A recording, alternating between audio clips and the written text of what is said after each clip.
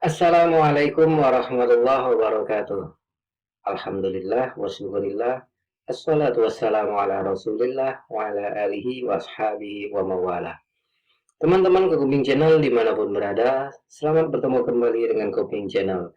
Channel berbagi skill dan pengetahuan berdasarkan pengalaman. Semoga teman-teman Kuping Channel senantiasa dalam keadaan sehat walafiat, lancar segala urusan, lancar rezeki, dan hidup penuh dalam keberkahan. Amin. Walhamdulillahirabbil alamin. Teman-teman Keguming Channel, salah satu bagian atau tingkatan dari pemerintahan Indonesia adalah pemerintahan desa. Nah, kali ini saya akan membahas tentang salah satu bagian penting dari pemerintah desa, yaitu tentang perangkat desa. Kenapa saya ingin membahas masalah ini? Karena ternyata masih banyak perangkat desa yang belum benar-benar memahami akan tugasnya masing-masing. Untuk itu, saya akan mengupas tupoksi atau tugas pokok dan fungsi dari seorang perangkat desa, dimulai dari sekretaris desa. Yuk kita mulai, cekidot. Sekretaris desa. Di dalam pemerintahan desa, sekretaris desa merupakan orang nomor 2 setelah kepala desa. Sekretaris desa bertugas membantu kepala desa yang bertanggung jawab di bidang administrasi pemerintahan desa. Dengan posisinya sebagai orang nomor 2, tentunya tugas seorang sekretaris desa tidaklah ringan.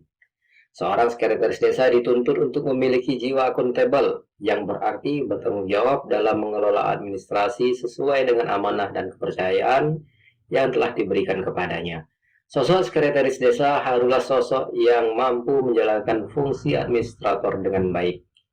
Keberadaan sekretaris desa yang mampu memahami dan menjalankan tugas dengan baik akan meningkatkan wibawa dan kepercayaan masyarakat kepada pemerintah.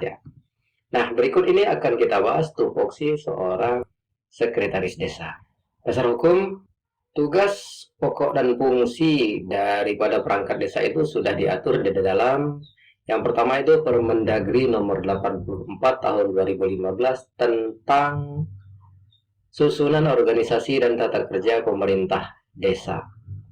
Yang kedua adalah Permendagri nomor 20 tahun 2018 tentang pengelolaan keuangan desa. Kedudukan. Sekretaris desa mempunyai kedudukan sebagai unsur pimpinan sekretariat desa. Artinya itu di kantor kepala desa itu yang menjadi pimpinan sekretariat itu adalah sekretaris desa. Sekretaris desa bertugas membantu kepala desa dalam bidang administrasi pemerintahan. Fungsi dari seorang sekretaris desa adalah yang pertama, melaksanakan urusan ketatausahaan. Contohnya tata naskah, administrasi surat menyurat, arsip, ekspedisi, dan lain-lain. Yang kedua, melaksanakan urusan umum. Contohnya penataan administrasi perangkat desa, penyediaan prasarana perangkat desa dan kantor, penyiapan rapat, pengadministrasian aset, inventaris perjalanan dinas, dan pelayanan umum. Yang ketiga, melaksanakan urusan keuangan. Contohnya pengurusan administrasi keuangan, administrasi sumber-sumber pendapatan dan pengeluaran, verifikasi administrasi keuangan, dan administrasi penghasilan kepala desa, perangkat desa, BPD, dan lembaga pemerintahan desa lainnya. Fungsi yang keempat adalah melaksanakan urusan perencanaan. Contohnya menyusun rencana anggaran pendapatan dan belanja desa, menginventarisir data-data dalam rangka pembangunan, melakukan monitoring dan evaluasi program, serta penyusunan laporan. Selain tugas-tugas yang tadi, seorang sekretaris desa juga bertugas sebagai koordinator tim PPKD. Apa itu PPKD? PPKD adalah pelaksana pengelolaan keuangan desa. Yang tugas-tugasnya antara lain, yang pertama, mengkoordinasikan penyusunan dan pelaksanaan kebijakan APBDes.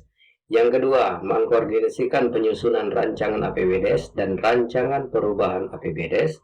Yang ketiga, mengkoordinasikan penyusunan rancangan peraturan desa tentang APBDes, tentang perubahan APBDes, dan pertanggungjawaban pelaksanaan APBDes.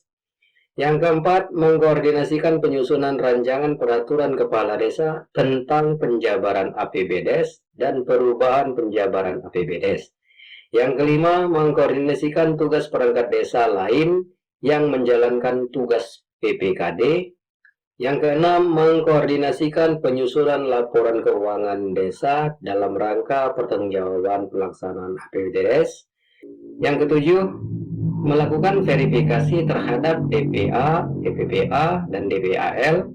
DPA adalah dokumen pelaksanaan anggaran, DPPA adalah dokumen pelaksanaan perubahan anggaran, DPAL adalah dokumen pelaksanaan anggaran lanjutan. Yang kedelapan, melakukan verifikasi terhadap RAK desa atau Rencana Anggaran Kas Desa.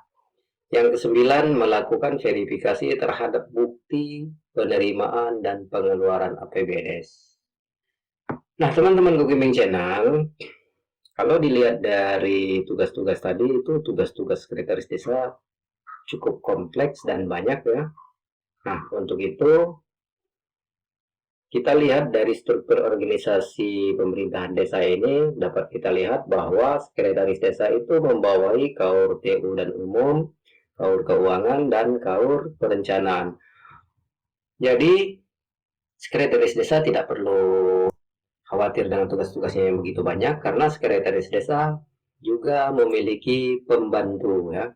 Yang pertama, bagaimana kita lihat tadi bahwa tugas sekretaris desa yang pertama adalah melakukan urusan ketatausahaan, yang kedua melakukan urusan umum. Nah, untuk dua urusan ini itu dibantu oleh KAUR TU dan umum atau kepala urusan TU dan umum, tata usaha dan umum. Kemudian tugas sekretaris desa yang ketiga adalah melaksanakan urusan keuangan, itu dibantu oleh kepala urusan keuangan atau KAUR keuangan. Sedangkan tugas sekretaris desa yang keempat, yaitu melaksanakan urusan perencanaan, itu dibantu oleh KAUR perencanaan. Jadi, kepala urusan itu KAUR TU dan umum, KAUR keuangan, dan KAUR perencanaan itu pada dasarnya adalah membantu tugas dari sekretaris desa. Jadi, tiga KAUR ini dalam pekerjaan harus selalu berkoordinasi dengan sekretaris desa, karena tanggung jawab mereka itu adalah merupakan tanggung jawab dari sekretaris desa. Oleh karena itulah, kepala urusan atau KAUR itu tidak bertanggung jawab kepada kepala desa, tetapi mereka bertanggung jawab kepada sekretaris desa. Teman-teman Guguming Channel, itulah tadi tugas pokok dan fungsi dari seorang sekretaris desa. Semoga video ini bermanfaat dan semoga dapat memberikan pencerahan. Saya mohon ya, like and subscribe. Sampai ketemu di video selanjutnya. Wassalamualaikum warahmatullahi wabarakatuh.